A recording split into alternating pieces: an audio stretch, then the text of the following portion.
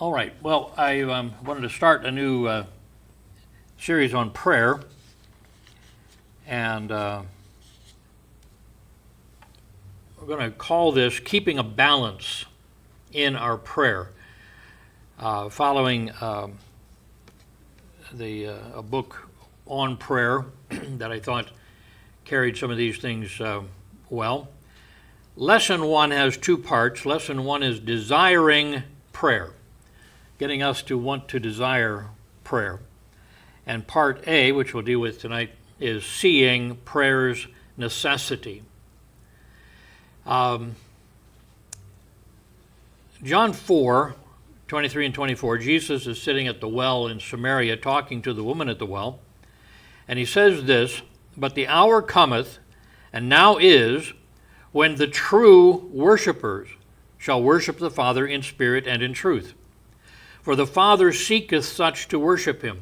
There's an interesting picture to me that he is seeking people to worship him, and not just people, but people who are ready to worship in spirit and truth. He goes on to explain God is a spirit, and they that worship him must worship him in spirit and in truth. It's not a bunch of physical ritual to please some physical God. This is a spiritual God, and he wants the worship to be done in spirit and truth. So the Father seeks such to worship him. When you think about it, the two concepts put it all in balance. Spirit, the depth of our being, the very essence of who we are, and truth, the facts, as God knows them and has related them to us. When we worship God, it is not just all spirit as you feel led, nor is it just all truth as though it's just this point, next point, and third point, we're done. It is something that takes us to the depth of our spirit, but is then according to God's truth. As it turns out in history, man tends to swing back and forth between a Christianity focused on mystical experience or one focused on facts alone. Depending on your background, you may lean toward one or the other in your prayer time. I think I have formulated through the years sort of an anti-mystical thing, because it has been so often presented to me as the only way to actually worship God. And I recognize that so much of this mystical experience stuff can be manufactured in our own mind and hearts, not necessarily something actually with God. So I tended to say we just deal with the facts, just the facts, ma'am, and we deal with only that. But coming back around, I see that has actually limited my ability to truly worship. So let's not be swinging our pendulum back and forth, mystical feelings of experience and then just the hard facts, and that's all. In fact, let us desire the prayer that God offers, whether it matches our tendency or not. The thing is this: we're not interested in just doing what feels right for us. We're trying to have everything that God gives us.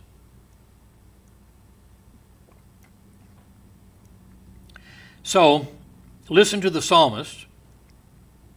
They sang their prayers to God, and I just picked out 6 of the passages that came to my mind. Often they embraced God in spirit. And I want you to feel with them this experience. Psalm 18:2, "The Lord is my rock, my fortress, my deliverer, my God, my strength," again, my rock, "in whom I will trust. my buckler, which is a shield, and the horn of my salvation and my high tower. Now the thing here is, he's not saying he fed me, he kept the enemies from killing me. He's just talking about what God was to him, you see. That sense of safety that he had when he was with God. This was what God was to him as he was feeling, as he was experiencing it. Psalm 30, verse 12, to the end that my glory may sing praise to thee and not be silent. O Lord my God, I will give thanks unto thee forever. Here is just a heart breaking forth, singing praise to God. And that was the experience of glory, you see. Psalm 40, verse 3, he hath put a new song in my mouth, even praise unto our God. Many shall see it and fear and shall trust in the Lord.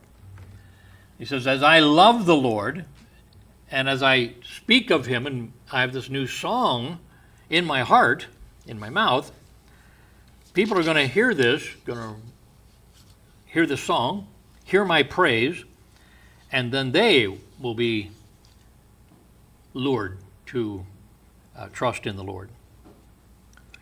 Psalm 42:2. My soul thirsteth for God, for the living God. When shall I come and appear before God? Here's a heart attitude that says, I'm happy to leave this life and just go to be with him. This is the person in love with the Lord, longing for a closer touch, you see. Psalm 73:25, whom have I in heaven but thee, and there is none upon earth that I desire besides thee. The natural comparison here is, we know what it's like to desire people on earth. But he says, that's nothing compared to how I desire God while I'm here on earth. This is that experience of the heart. And the last one I chose was Psalm 139:17. How precious also are thy thoughts unto me, O God. How great is the sum of them. This is that the miser picking up his gold coins and letting them dribble back down, and just rejoicing in the abundance.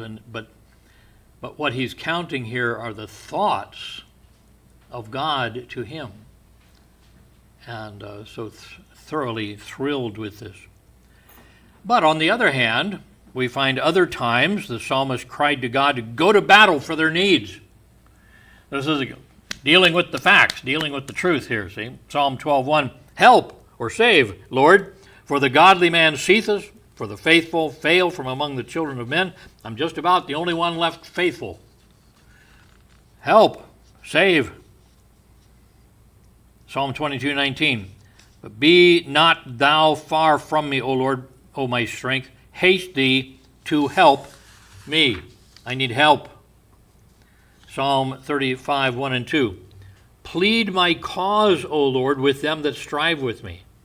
You run interference for me, you see. Fight against them that fight against me. Take hold of shield and buckler and stand up for mine help. This is a fellow that needs something, and he needs protection. Psalm 38:22, make haste to help me. Make haste for my help, O Lord, my salvation. Psalm 59:1, deliver me from mine enemies, O my God. Defend me, literally set me on high, from them that rise up against me. You see, he's rising up like a tide around him, and he says, put me on a high dry rock there. Keep me safe from these people rising up. And Psalm 143:7, hear me speedily, O Lord.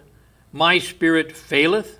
Hide not thy face from me, lest I be like, for I am become like unto them that go down into the pit. It feels like my spirit is ready to die. I'm ready to go to the pit. So looking at the psalmists, but we can also look at the experiences of men. John Owen, I've mentioned him before. He was a deeply theological preacher and writer. It is considered that in the study of the Holy Spirit, his book, his work, on the Holy Spirit was the final definition of the doctrine of the Holy Spirit. That's quite a feather in his cap. So this is, old-time guy, not light and fluffy. He's a deep theological guy. And he urged keeping a balance. Here's what he said: get an experience of the power of the gospel in and upon your own hearts, or all your profession, what you're professing, is an expiring thing. It just kind of runs out. If it's just your thoughts, you'll run out. But feel the experience of the power upon your own hearts. And his deep theology did not keep him from that sense of worshiping in spirit. The Apostle Peter was a down-to-earth practical fisherman. I remember when Jesus first did a miracle on his boat. They threw the nets over and they brought in an abundant thing, and he'd been fishing all night and hadn't caught a thing. And his response to this miracle was, "Depart from me, for I'm a sinful man." It just, the supernatural stuff scared him. He wasn't in for the mystical stuff, But listen to him as he lifted his spirit. 1 Peter 1, 7b and 8, I included 7b to tell you who he was talking about. Jesus Christ, whom, having not seen, he's talking to the people he's writing to, they hadn't seen Jesus. He had, but they hadn't.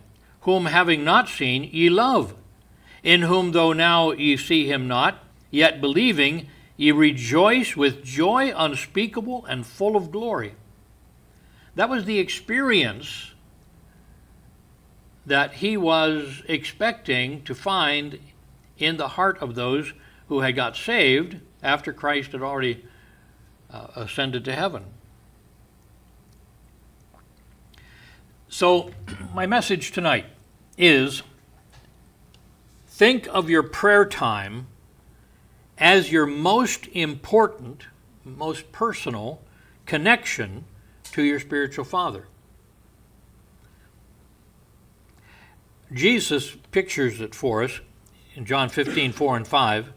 He says, abide in me and I in you. Live in me, I live in you, dwell in you, as the branch cannot bear fruit of itself, except it abide in the vine. The vine is what grows from the ground.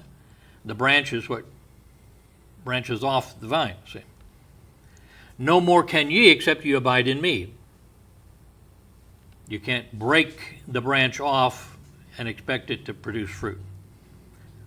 I am the vine, ye are the branches. He that abideth in me and I in him, the same bringeth forth much fruit. For without me, or severed from me, plucked from me, ye can do nothing. So you are the branch that actually has no life in itself except for the life that it draws from the vine. We see that in plants, don't we? We understand that. We don't expect the severed, plucked branch to keep on living. So that's the thing we want to look at. The plucked vine, the one that's not connected anymore, it can do or produce nothing. Now, we don't want to be that kind of Christian. We can be so full of worshiping in truth that we forgot how to connect with spirit. But here's the problem. If we neglect true prayer in spirit and in truth, we lose our connection and we drift into nothing but an echo of life and not the real and abundant life that Jesus promised. Talking to living people, he said, I want you to have life and that more abundantly. Well, that's the real life, not just the picture of life. But if we neglect prayer, we are choosing to sever that relationship. When we neglect true connection, we court and tempt the loss of the best quality of life. It's almost like, oh, I don't care. Just let it come. But when we do that, we invite worldly pleasures to fill our need of happiness. When spiritual joy dwindles, we fill it with something. We take up things for worldly pleasure. So the message then is, think of the necessity of prayer. This is where you have a disease and you have a pill to take, and for your life's sake, you have to take that pill every night before you go to bed. Well, you don't debate that, do you? You don't say, oh, I just watched TV too long, I forgot to take that pill. Oh, well. When it becomes that important, we recognize that it's a necessity for our very life. I want you to start thinking about not just saying prayers, if you catch my meaning. Because you might not have a prayer memorized, but you can go through the process. You know how to do the praying thing. You know how to do that.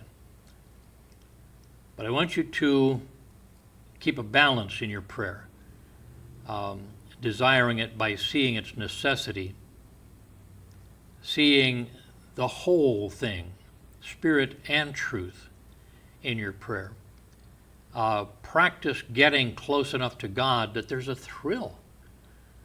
There is a rapture that you sense in that communication. All right. Comments or questions about that?